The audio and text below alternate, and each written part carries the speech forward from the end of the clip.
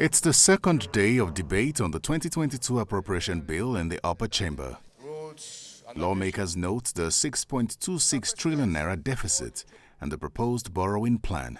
But the foreign loans, Mr. President, if they be geared towards wealth creation, employment opportunities, increased productivity, and better infrastructure facilities, I think it's going to be a welcome development. 73% debt to revenue ratio is the highest among African countries of our level, which is extremely high. We are the highest country in Africa in terms of debt service and revenue ratio. And we really need to watch that. The legislators want Parliament to scrutinize the recurrent expenditure of the ministries, departments and agencies. When these agencies come for budget appraisal or budget performance before their standing committee, they don't disclose whatever is released to them for service-wide vote. This has been the practice, and I think it is very wrong. President of the Senate is furious with MDAs for failing to honor the invitation of the Committee on Aids and Loans. We are giving them just 1 week to appear before the Committee on Loan and Foreign Debts, and if they fail to appear, we'll take appropriate and prompt action. The upper chamber then passes the bill through second reading and adjourns till the 9th of November to allow for budget defense.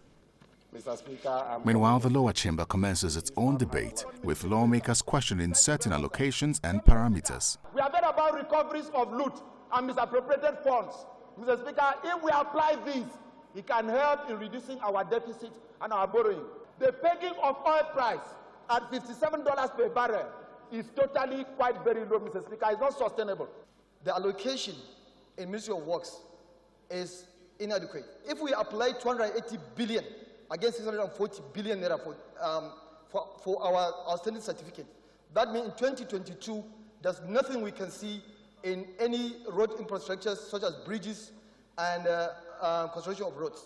They direct their attention to the MDAs, calling for prudence. There are complaints, genuine complaints, that some agencies are refusing to implement the budget, even though they have received up to 60 to 70% funding. When we pass this budget, they shouldn't wait till month of March. They should start the implementation from January. And of course, the procurement processes should also be reviewed to make sure that they don't waste people's time, because most times it's not about the fund release, it's about the procurement processes that take too much time. Most of the submissions by lawmakers point towards revenue generation, as they express discontent with the increase in recurrent expenditure. Terry Ikumi, Channels Television News.